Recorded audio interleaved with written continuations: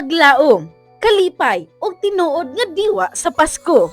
Kini ang gipasiugda sa dakbayan sa Naga sa ilang pagsugat sa Pasko sa Naga. Pinaagi sa usa ka makabungog ug mabulokon nga seremonya sa pag-abli ni adtong Disyembre 8. Ang tibuok dakbayan sa Naga napuno sa kahayag, nagmugna og usa ka grande og malipayong talan-awon nga nakadani. Dili lang sa mga lumulupyo niini, apan sa mga bisita gikan sa kasikbit nga mga dapit. Nailhan ang Naga tungod sa ilang maanindot nga mga kalihukan sa Pasko, diin gipamatud-an na usab nga ang ilang tinuig nga pagsaulog dili gayud talagsaon. Ang Pasko sa Naga di lang mahitungod sa nagsidlak nga mga suga ug kasadya. Kini mahitungod sa mga paghatag og kahulugan ug pagtandog sa kasing-kasing sa katawhan. Ang mga pangandoy nga natuman, ang sentro nga bahin sa pag-abli karong tuiga mao ang usa ka makapatandog nga presentasyon nga nagpasiugda sa espiritu sa paghatag. Kini nagpakita sa paningkamot sa dakbayan sa pagtuman sa pipila ka mga pangandoy sa Pasko aron masiguro nga ang matag sugbuanon makabaton og tamis nga pahiyom. Ang pipila ka mga istorya nga gipakita kay naglakip sa paghikling sa kalayo. Ang usa ka amahan nga dugay ng nangandoy nga makita og makauban ang iyang anak nga nag-inusara sa Manila, natuman ang iyang pangandoy. Balik pamilya. Usa ka inahan og igsuon nga nagtinguha nga makauli sa Davao aron makauban ang 26 ka tuig na nga nahilayo nilang anak og igsuon nagtagbo na usab. Balay nga ikapahiluna ang pangandoy sa mag-inahan nga makabaton og permanente ug luwas nga puy-anan. Hilabi na nga ang iyang anak adunay diferensya sa pananaw ug tiguwang na usab ang iyang inahan. Gihatagan og katumanan. Kining mga istorya sa kalipay o paglaom kay nagpamatuod nga ang selebrasyon sa Naga naglapas sa mga utlanan sa ilang dakbayan ug nagdala sa kaanindot sa tibuok Sugbo.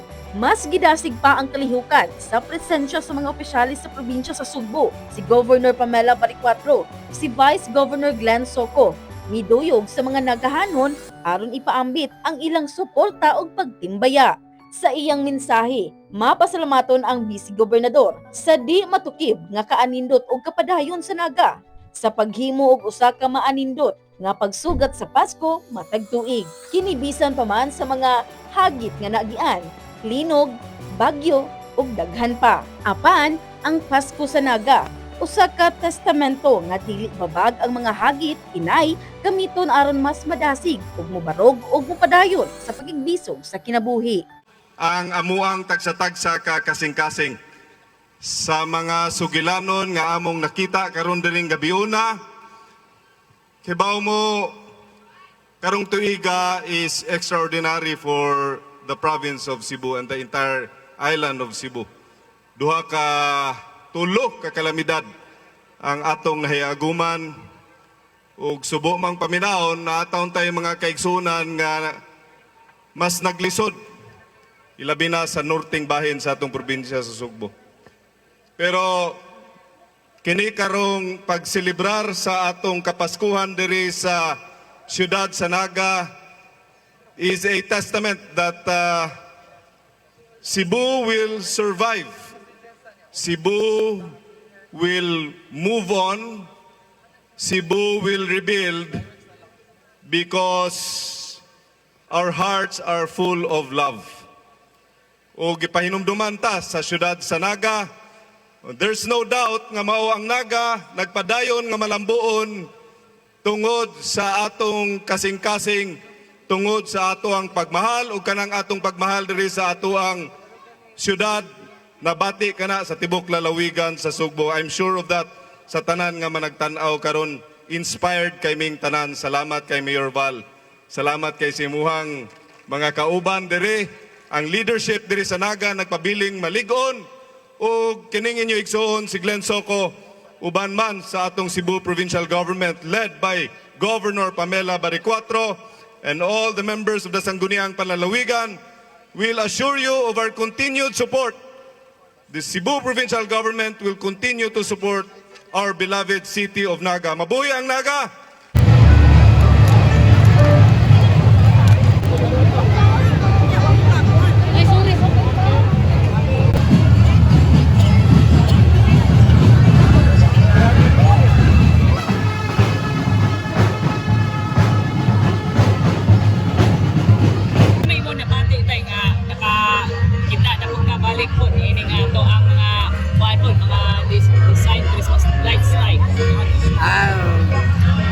gikan sa akong pagka atong unang panahon nga karon nga may pamilya na ako.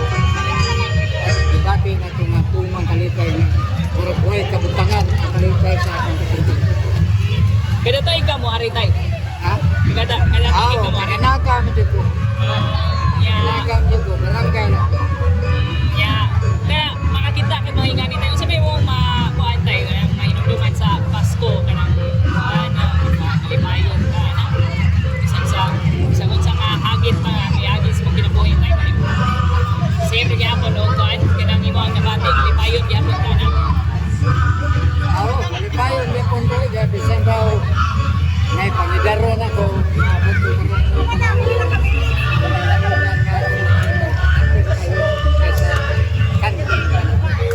Malipayong Pasko sa atong pagselebrar karon. Kini ato na ning gipatuman nga 16 na katuig. Og karon nagpasalamat lang ta nga si Governor Pam ania gyud sa atong atubangan nigahin og oras para mutambong sa atong selebrasyon. Salamat Gov. Salamat Vice Governor Glenn. Kay ni si Vice Governor Glenn, dugay na sad natong amigo ug sa kanunay naagayod nagtabang kanato. Sila si Gov Pam. Ug ako sang ipadangat ang akong pagpasalamat sa atong mga nagkalain-lain nga kompanya nga nihatag yung balor nga mubutang og mga Christmas decor dinhi sa atong dakbayan sa Naga. Ang atong bisita karon, ni-attend sad karon si Mayor Caroline Bacaltos, ni-asad si Mayor Maita Canoy, ni-asad ang adopted son of Naga, si Kenneth Cobonpue, no? Mao ni siya ga-design diha sa atong pasilong sa Naga. Wa gyoy bayad taon. Wa ni bayad pro bono, no? Karon baya si Kenneth well known ni sa lain-laing lugar pero ang Naga wa gyud pabayra. No? Lipay lang ta nga sa in spite of the different challenges sa karon nga ni abot dinhi sa atong sugbo, pero kita ang Naga nagpabiling ligon, nagpabilin magtinabangay, nagpabilin nga mutabang kung kinsa may nanginahanglan, no? Kita, ako, kuyog sa akong pamilya, kuyog sa akong kauban sa konseho, dili gyud magdumili pagtabang sama karon sa naitabo sa Barangay Uling nga naay landslide, ato pod nang gibuhatan og balay nga mga 18 kabuok nga balay para kanila, no? Og kaning dakbayan sa Naga sa kanunay naghuna-huna gyud sa mga katawhan. Gani sugod karong tuiga duna tay 168 houses nga atong pagabuhaton para sa nagkinahanglan gayod, no? Kay ako nagtuo nga maayo unta nga makabalay sila konkreto nga dili na sila mahadlok kung kusog ang ulan, kung kusog ang hangin. Mao na nga doon na tayo gi-allocate nga 28 million. Ang presyo sa kada balay is 160 million. So mao na nga moabot og 168 kabalay nga atong pagabuhaton, no? So kining tanan dili ni mahimo kung wala pa ang pagtinabangay o kooperasyon dinhi sa atong dakbayan. Daghan patag mga gusto ipatuman nga makatabang gayod sa katawhan. Sama sa atong hospital. Kana atong hospital, ang target date ana basig mahuman sa 2027. Naananay kwarta, operational na hopefully in 2027. No? Para na sa katawhan sa atong dakbayan. No?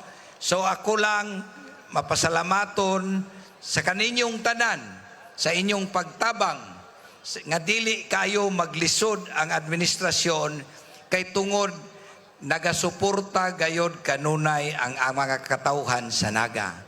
Mao na, let us celebrate Christmas by sharing, by having responsibility sa atong